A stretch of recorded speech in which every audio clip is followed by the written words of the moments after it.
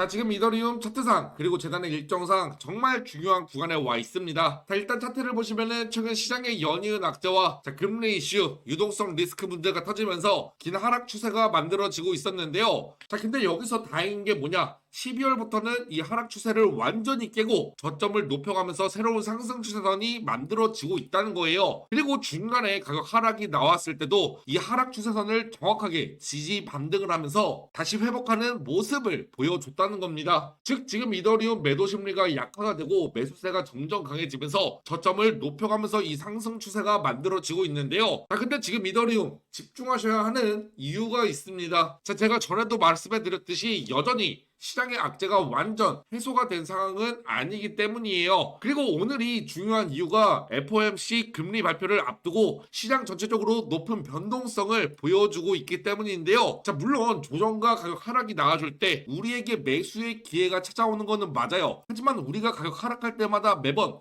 매수할 수도 없고, 자, 결국에는 대처와 대응을 하셔야 하는 아주 중요한 구간이기 때문에 제가 급하게 영상을 찍고 있는데요. 자, 그렇다면은 오늘 이더리움 그동안에 왜 가격이 하락할 수밖에 없었고, 그리고 지금 계속해서 가격 상승이 나오는 이유, 가장 중요한 거는 또 결국에 어떻게 대처와 대응을 해야 할지, 자, 지금 영상에서 모두 다 담았기 때문에 영상 끝까지 보시고 좋은 정보들 꼭 가져가셨으면 좋겠습니다. 그렇다면은 지금 이더리움 계속해서 가격 상승하고 있는 이유가 있는데요. 자, 블랙록에서는 드디어 이더리움 스테이킹 ETF 신청에 나섰습니다. 즉 월가의 자금들이 이제 본격적인 유입이 되기 시작했다는 거예요. 그리고 이뿐만이 아닙니다. 자, 비트마인에서는 저번 하락 구간을 바닥이라고 확신하면서 지난주에만 무려 4억 달러의 이더리움을 추가 매수를 했습니다. 즉 이런 거대한 자본의 매수세가 커지면서 큰 가격 상승 흐름으로 전환이 되고 있는데요. 자, 그런데 이런 호재들이 나와주는 와중에 오늘 이더리움 집중하셔야 한다라고 말해드리는 이유가 있습니다. 자, 여전히 금리 인하에 대한 불확실성과 리스크가 존재하고 있기 때문인데요. 이번 금리 인하의 확률은 89%에 달하기 때문에 사실 이번 금리 인하는 어느 정도 선반영된 부분들이 있어요. 자, 문제는 바로 매파적 금리 인하입니다. 매파적 금리 인하는 이번에는 금리 인하를 하지만 향후 금리 인하는 기대하지 마라. 자, 이런 뜻이기 때문인데요.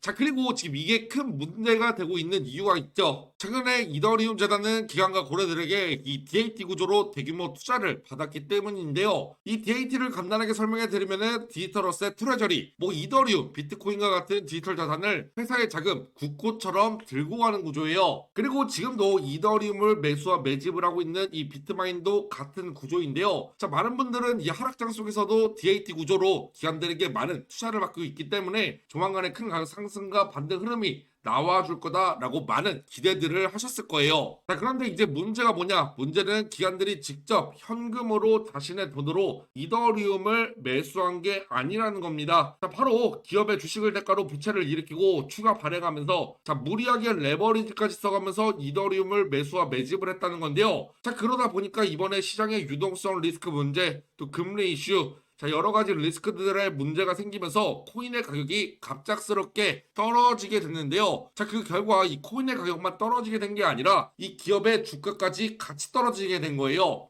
자, 결국에 이 기업의 주가가 떨어지면서 담보 가치가 하락하고 대출기관에서는 어쩔 수 없이 추가 담보를 요구하게 되는 상황이 왔는데요. 자, 결국에 이더리움에 투자했었던 기업들은 재무상의 문제 때문에 가지고 있었던 대규모의 이더리움을 시장에 매도하게 되면서 큰 가격 하락을 만들어내주고 있었다는 겁니다. 자, 결국에 청산과 덤프 하락, 계속해서 악순환이 반복되는 연쇄 파산, 연쇄 청산의 구조가 만들어지고 있었다는 거죠. 즉 이번 시장은 그냥 단순히 금리 이슈, 유동성 리스크 이거 문제 하나 때문에 개인 투자자들이 겁을 먹고 패닉셀이 나와서 떨어지는 시장이 아니고 기관과 고래들의 이 DAT 구조, 포지션의 문제 때문에 리스크 회피를 위한 대규모 덤프 물량들이 매도가 되면서 큰 가격 하락을 만들어준 시장이라는 거예요. 물론 지금 금리 인하의 가능성과 함께 기관들의 자본이 또 한 번 더 유입이 되면서 가격 상승이 나와주고 있지만 여전히 이 DAT 리스크는 존재하고 있는데요. 자, 그래서 현재 이더리움에 투자하고 있는 이 VC들의 트랜잭션과 포트폴리오를 보시면 알겠지만 IDG 캐피탈, SBI 홀딩스, 자, 블랙록, 소프트뱅크, 판타르 캐피탈까지 여러 기업들에게 대규모 투자를 받으면서 보시는 것처럼 실제로 4월달 이후로 200%가 넘는 큰 가격 상승을 만들어내줬습니다. 자, 하지만 문제는 이 기업들 같은 경우에는 그동안의 이 상승분에 대한 차익 실현과 함께 지금 이 DAT 구조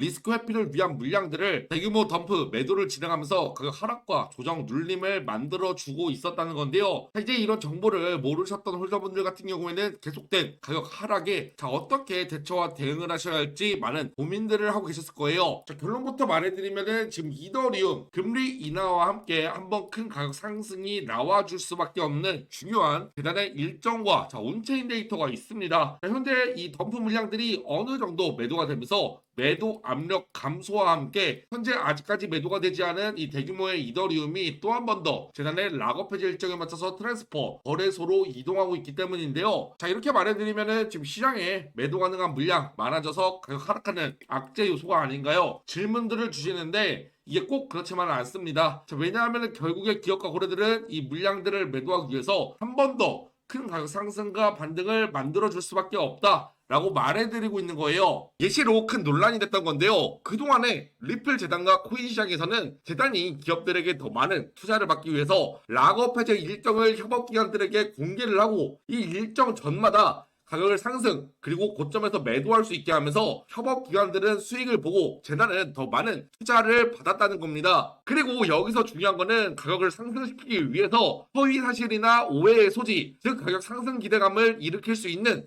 호재를 발표하면서 인위적으로 가격을 펌핑시킨 뒤에 가격이 상승하면은 개인 투자자들에게 물량을 몽땅 팔아치우면서 많은 수익을 봤다는 거예요. 자, 그래서 이러한 재단의 일정과 함께 차트를 보시면 알겠지만 이 재단의 일정 전마다 항상 큰 가격 상승이 나와줬습니다.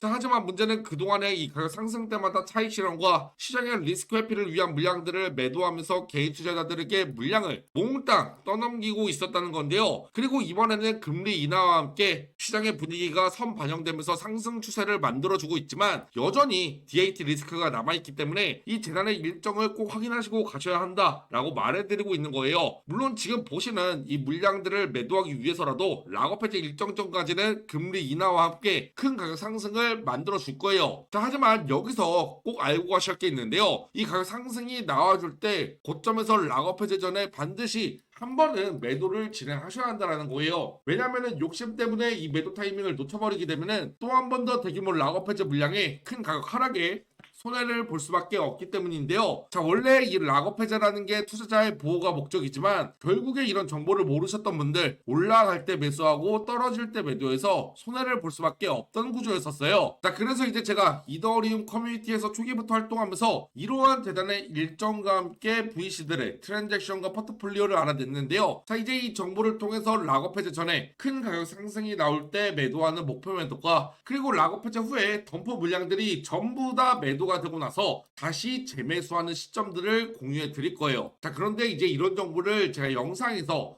모든 분들에게 다 공개를 하고 싶은데 저번에 영상에서 모든 분들에게 공개했다가 유튜브 영상 정책 때문에 삭제가 된 적이 있어요. 그래서 이제 구독자분들에게만 제가 따로 공유를 해드리고 있는데요. 구독, 좋아요 안 눌러주신 분들은 그냥 구독, 좋아요 눌러주시고 여기 010-2145-2133 저 김부장 개인 번호로 이더 이렇게 단 두 글자만 문자를 보내주시면은 제가 이런 정보들 바로 답장 보내드리겠습니다. 자, 그리고 여러분들이 흔히들 걱정들을 하시는 게 있는데요. 자, 이런 정보를 대가로 뭐 금전적인 요구, 투자 강요 뭔가를 요구할까봐 걱정들을 진짜 많이 하시는데 자, 이거는 저뿐만이 아니라 어딜 가시더라도 뭔가를 요구한다 무조건 사기니까 절대 나가시면 안 되고 저는 그냥 채널의 성장을 위해서 구독과 좋아요 돈 드는 거 아니잖아요. 구독자분들에게 무료로 정보를 알려드리고 있기 때문에 오셔서 편하게 정보 확인해 보시면 될 것 같아요. 그리고 또 간혹 가다가 질문들을 주시는 게 이게 지금 이더리움에 투자했던 기업이 그냥 거래소로 이 물량들을 옮기는 걸 수도 있지 않냐 라고 질문들을 주시는 분들이 있는데요. 자, 이게 지금 이더리움에 투자했던 뭐 한 기업 두 기업 정도만 이 물량을 옮기면은 그냥 이 기업들의 사정에 의해서 그럴 수 있어요. 근데 지금